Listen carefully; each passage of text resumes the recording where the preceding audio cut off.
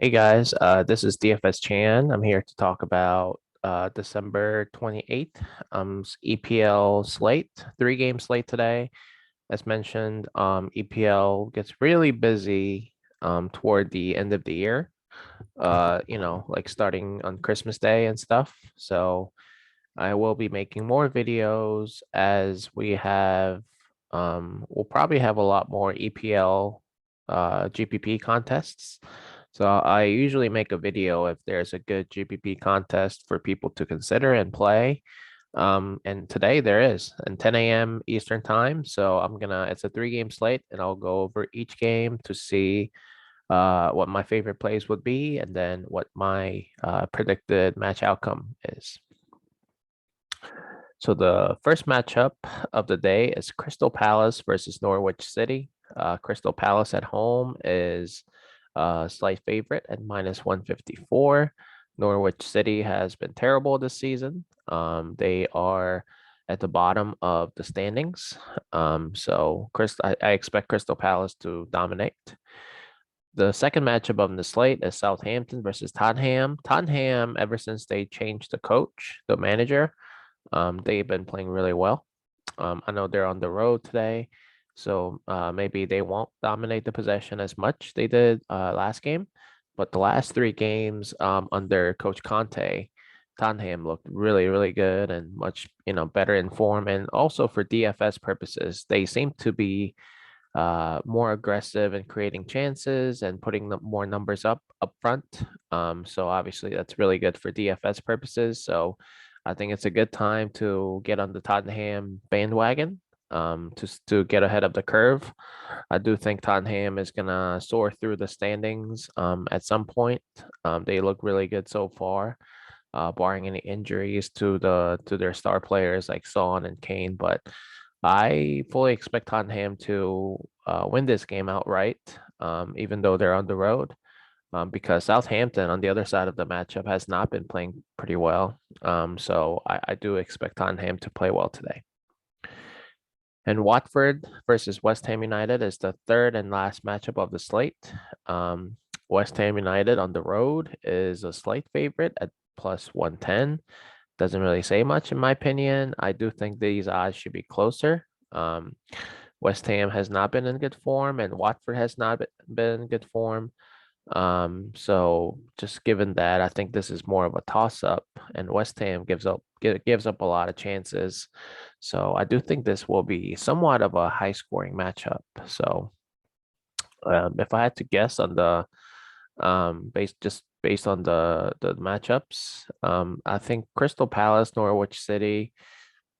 I know it's a one-sided, lopsided game, but it's not like Crystal Palace likes to push the ball that much as like Tottenham or West Ham or Watford. So I think this might be the lowest scoring game. And then Watford West Ham might be the high scoring matchup, in my opinion. So we'll see what the odds indicate. So the first matchup, like I said, Crystal Palace, Norwich City. I'll dive into each players and see what my cash stable players would be and high floor, high ceiling guys for any cash GPP considerations. So let's look at the odds. Like I said, Crystal Palace is the biggest favorite at home today on the three-game slate because there's not a big club today that's playing in the morning. Like Liverpool's playing in the afternoon. Arsenal's game got canceled. Um, Chelsea or Man United, Man City is not playing, so it's going to be a very interesting matchup, slate rather, because I know when those elite teams are in the play on the slate, people like to stack those players, but not today. So maybe this is the edge that we needed. So we'll see. Crystal Palace, both teams to score, no. So they think Crystal Palace will score, but not Norwich City. So that kind of limits the ceiling for Norwich City if you are playing them for GPP purposes, and any teams really in play on a three-game slate without any elite teams. But I just think Norwich City has been terrible. Like I said, let's look at the standings. I mean, they're at the bottom. So Crystal Palace really needs to win to solidify their position in the middle of the standings.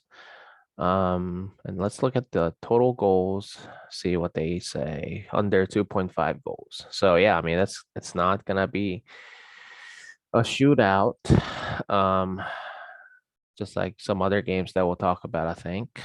So given that, in a low scoring matchup, as you guys know, higher floor is probably better. Unless you think or you're pretty sure that this player will be on the end of a goal or assist. But Crystal Palace is going to be without Wilfred Zaha. Zaha is one of their best players, along with Conor Gallagher. Zaha got a red card last game against Tottenham, I think. And then now he's suspended for this game, so he's not going to be playing. So instead, we'll see who starts up front in place of Zaha. I know AU and Edouard is probably going to start, and then whether they're going to start Benteke up front and then put Edouard on the left side or play Jeffrey Schlupp, like they're saying, or they could even put Conor Gallagher up here as well and put another midfielder from the bench. So we'll see how that lines up. But without Zaha, their creativity is going to be limited and chances created will be limited. I think they're going to heavily rely on Conor Gallagher and Jordan Ayew to kind of create chances. So that kind of limits their upside and goal scoring chances. So I just think higher floor guys, like I said, and a low scoring matchup that's projected like this is very important. So Conor Gallagher is probably my forefront play for Crystal Palace today.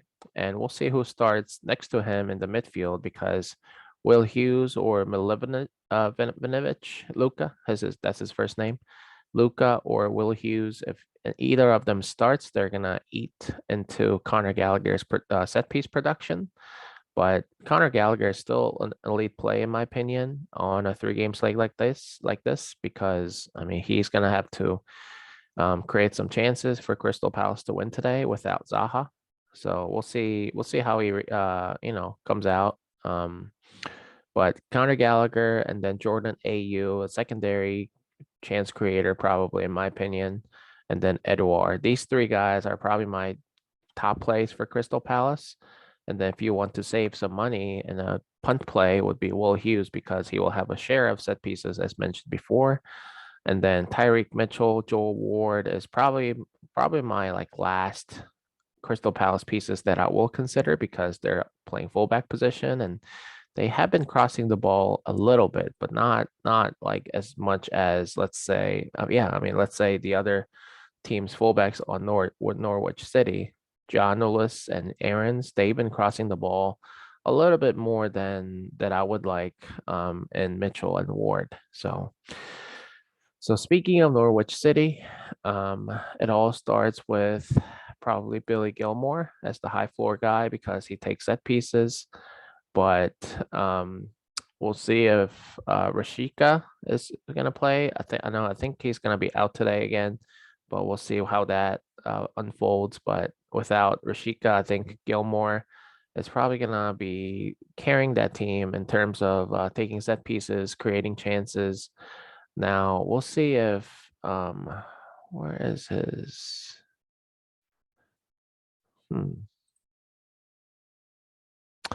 Yeah, Placenta played last week or on the Boxing Day, but he's not projected here for some reason. So we'll see if Placenta starts. Placenta takes set pieces as well as Billy Gilmore, so he was a minimum price punt play. That was a very good punt play in my opinion. On the previous slate. So we'll see what happens there. And then for GPP purposes, I like Pookie, and then I like Zolas if they both start. And then McLean, maybe. I mean, that's a long shot, but so we'll see what happens there. Okay.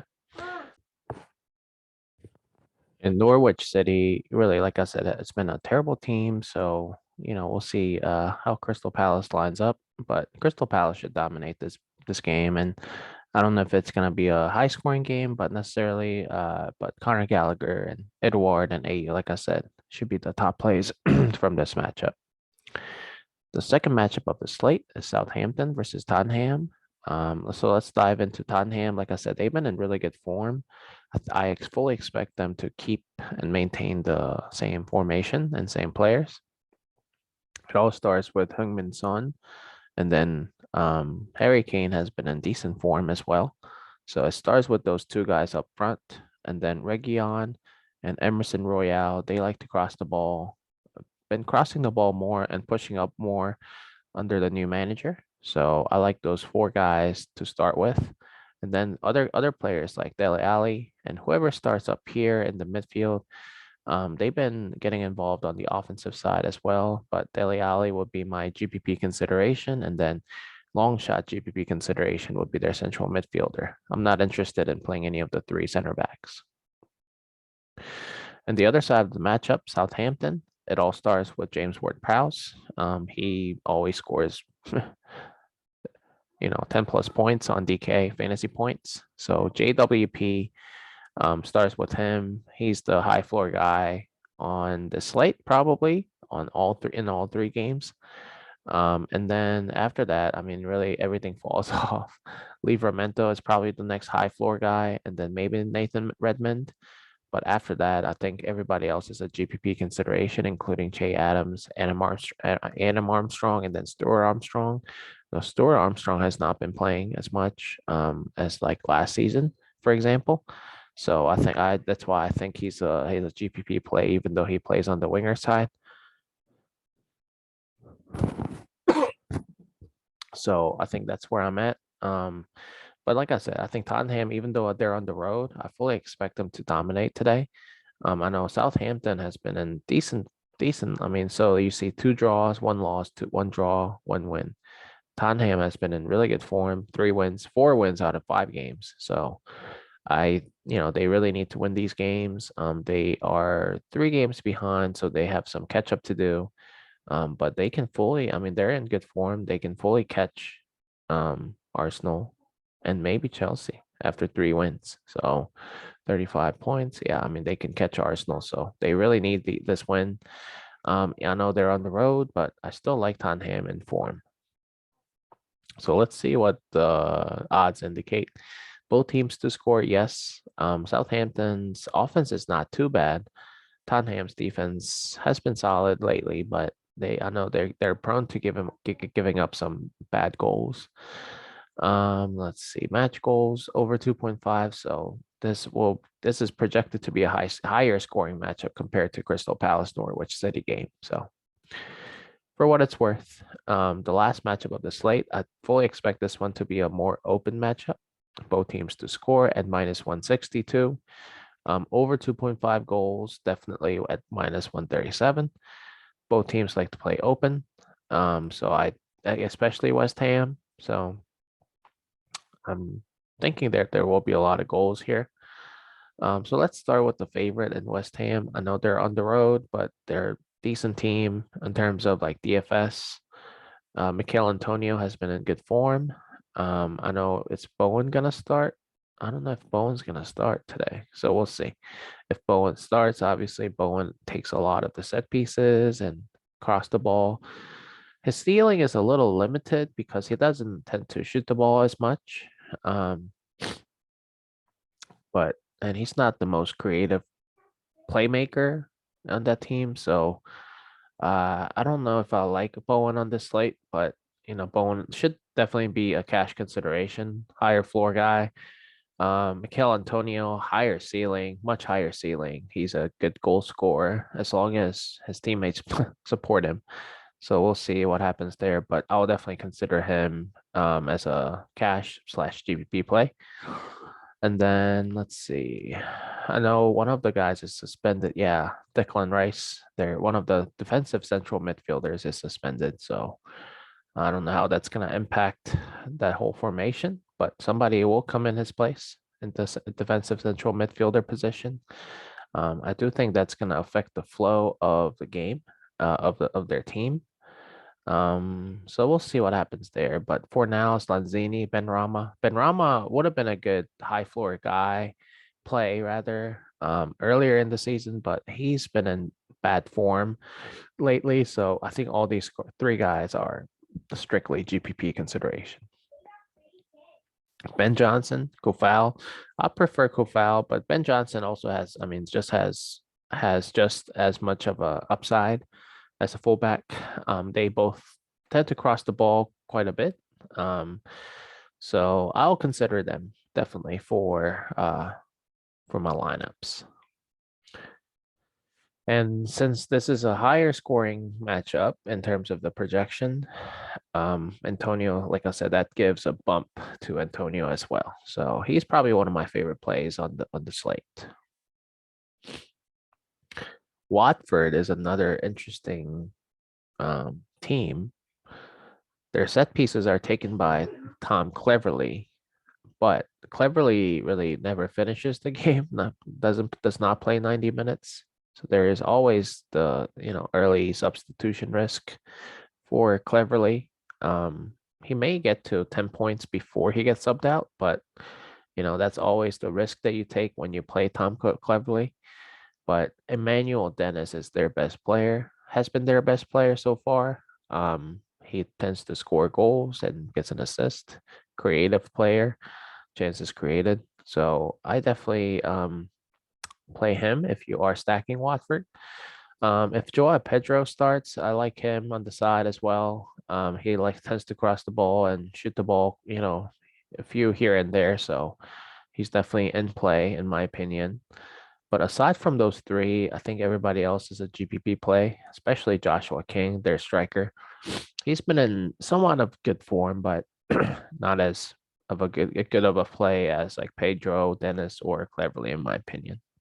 Floor is much lower for King.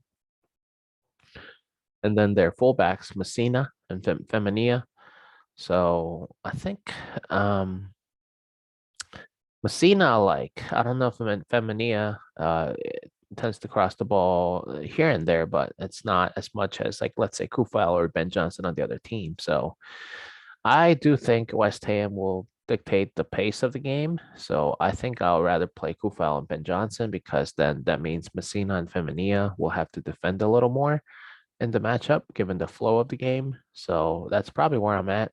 But like I said, this matchup is projected to be a good scoring matchup. So maybe any of these guys up front for either team is in play. Like I said, Mikel Antonio though is my favorite play of the matchup. So that's all I got for you guys today. 3-game matchup, but still really good GPP contest. So, good luck to those who are playing. And if you like the video, please leave a like and, subscribe to the channel. But yeah, so hopefully, the starters will come out at 9 a.m. Eastern time, 1 hour before the kickoff. I'll share some thoughts as to how players are lining up and what the formation is indicating, what the manager is thinking, hopefully based on that formation. So if you guys have any questions, let me know. But otherwise, good luck, and hopefully I'll, see you guys on another video this week when there is another, good classic slate, sizable GPP contest. Anyway, hope you guys have a good day. Thanks for watching.